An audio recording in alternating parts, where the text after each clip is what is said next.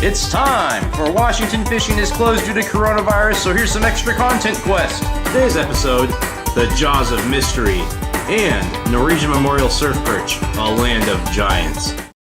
Oh, hello Washington Fish Questers, and welcome to Washington Fish Quest is closed due to coronavirus, so here's some extra content quest episode 2. This is day 4 or 5 when I'm filming this of the closure, and as you can see it's taken its toll on me. I've tried to start speaking like I'm a little more elderly, and also started wearing fake beards. It's really messing with my head. Well, apparently I'm getting forgetful in my fake old age, because I didn't charge the camera before I went to shoot that, so I'm back in the house now. It's nighttime. But I'm going to do a two-parter for you this episode. I thought about splitting these episodes in half, but it was on the same trip, so I'm just going to jam them into one. And boy, do I got a treat for you.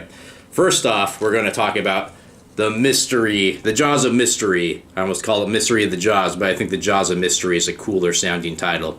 I found these Beachcombing. More accurately, a friend of mine found them, and I'll get into that. And then second of all, I'm going to show you the biggest surf perch I've ever caught, the biggest redtail surf perch I ever caught. And both of these things happened on the same trip. It was April 2013, the spring before my son Russell was born. And a bunch of coworkers at the time invited me out on their annual hike. And it's one of those hikes where everything that happens on the hike stays on the hike, so legally they can break my legs, maybe more, for showing this footage. It was 4 days out at Norwegian Memorial, which if you haven't been, you gotta get up there. It rained most of the time. The only footage I'll show that, incriminates anyone else on the hike is just this stump where we were drying our shirts out. Even if you had great rain gear, it was just bonkers. You could basically drown by breathing. Right, maybe not. That could be because I fell into the water a couple times. So as I was saying, the weather was super lousy, but there would be breaks in the weather, and when that happened, it was like paradise out there. It was just wonderful. You'd get these kind of 30-minute to an hour breaks, and beachcombing was great. I saw a big raft of sea otters, and I did post that back in 2013 as a quote-unquote beachcomber quest. Don't worry, I wasn't too close to those guys. I had a 40 times optical zoom on that camera. It was a wonderful experience, and even besides that, I really like chitons.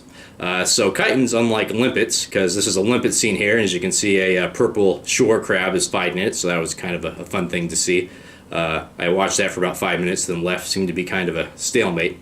So at any rate, that's a limpet. It's, like a one-piece kind of a shell. And a chiton is similar. They have a hard shell, but they have 8 separate discs that fit together that make them more flexible. You can see chitons, many of them, are masters of camouflage. So let me clear some sand here. What actually tipped me off to this chiton being here was it's a little pile of turds there. Holy smokes, folks, look at the size of that chiton. So besides those great chitons, I did find some gumboot chiton exoskeletons. I found 2 actually. Out of all the chitons, the gumboot is the biggest in the world, and this is actually probably like a mid-sized one. I found live ones in the Strait of Juan de Fuca and on the San Juan, in the San Juan Islands, and I've had them so big that when I hold them like this, they curl up. They can get to about a foot. This is probably about a 6-inch one. So the crabs and the limpets and the chitons and anemones, they all made it a wonderful beachcombing trip. But my buddy Rob, he found what I feel like is some real treasure further up the beach. He found 3 sets of these jaws right here. He gave me the 3rd set because he's such a great guy. And for the longest time, we didn't know what they were. I didn't figure out what they were until a couple of years ago. As you can see, they have about 40 rows on the top and bottom of these little teeth, and they are deep as well. They got about 12 rows going back on the bottom and 10 on the top. So, these shark jaws are quite a mystery. I know this isn't what a blue shark jaw is like. Certainly not what a salmon shark jaw is like. I thought maybe taupe shark, but I looked that up. And it wasn't until maybe a couple years ago I was hanging out with my good friends, the Marcells, Catherine and Mark, and their wonderful kids down at the Westport Aquarium, the historic Westport Aquarium, I might add. We got to the bottom of it. I think they probably figured it out because they're, smart aquarium owners. So these aren't shark jaws at all. I just said that to throw you off the scent. Turns out these do belong to a large predator, something that can get to over 100 pounds and over 5 feet in length. But it is actually the jaws of a big skate. All 3 of them are. And, so they would actually be like that.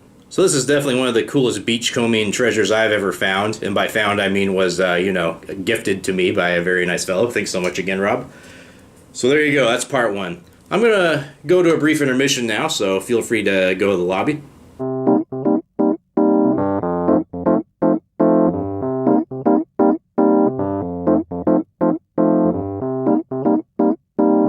Hey, welcome back. Now for part two.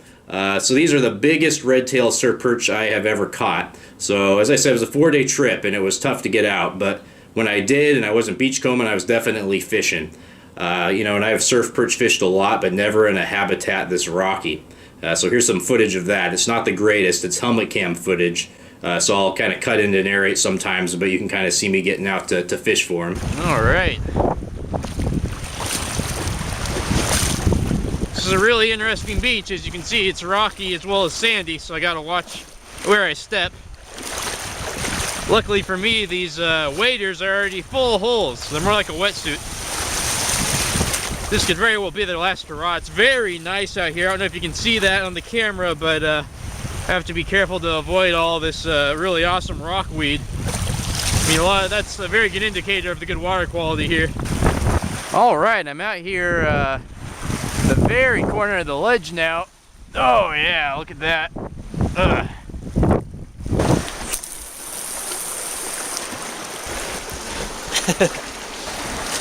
It is just so amazingly beautiful out here in the Northwest Washington coast.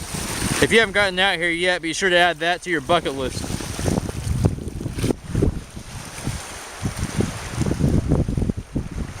I went a long time without a bite. I think the first day I didn't get anything, and then the second time I could get out, first I caught a smaller one, and then I proceeded to catch the 3 biggest redtail surf perch I've ever caught.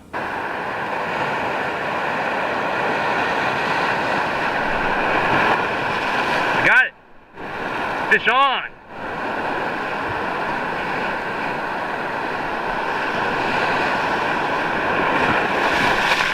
Very curious to see what this is. Oh, it's a nice redtail. Woo! Oh, yeah. It's a dandy of a redtail surf perch.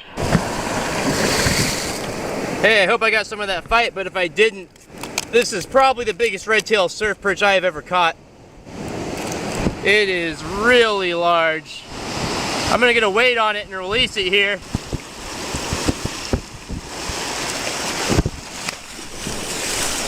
Away he goes. Very well. This is just kind of like a helmet cam. This huge redtail surf perch, I really want to let it go. And I let 2 of them go because I do try to conserve the bigger fish that I catch sometimes, especially if I'm hiking in and I have hot dogs and that sort of thing. It's not like I was, starving. And I did keep one to eat it though, and it was excellent. But they might all just, maybe not all of them, but I think they might get that big up there. There's just so many mussels and marine worms, and there's just so much structure to eat off of. The biggest redtail surf perch caught in the state, at least the state record, was caught in Kalaloch, and that was in 1996. Let me pull up the guy's name. It's Maynard, I believe. Oh, come on. It is, yeah, Chris Maynard, Kalaloch, 1996, and that was a 4-pound redtail surf perch. That is just huge. These fish are in the 2-pound range that I'm releasing. And it's my understanding he caught it on a streamer fly. Now, don't go spreading that around, and that could just be a wild rumor, but he caught it fly fishing, so fly anglers, there you go. That'd be a really crazy thing to catch on a fly rod. That is the summation of the Jaws of Mystery, and also the biggest redtail surf perch I have ever caught. And if you've never been up there to that area, like I said, anywhere basically north of La Push on the coast there, you gotta get up there. The hike is beautiful it's especially when the weather's nice, but it gets more hammered when the weather's nice, so spring and fall are both great times to go. I suspect that there's a ton of big surf perch up there because a lot of people hiking in aren't bringing a pole. So thank you so much, and I'll see you next Wednesday on Washington. Fishing is closed due to coronavirus, so here's some extra content quest. Take care. Stay safe.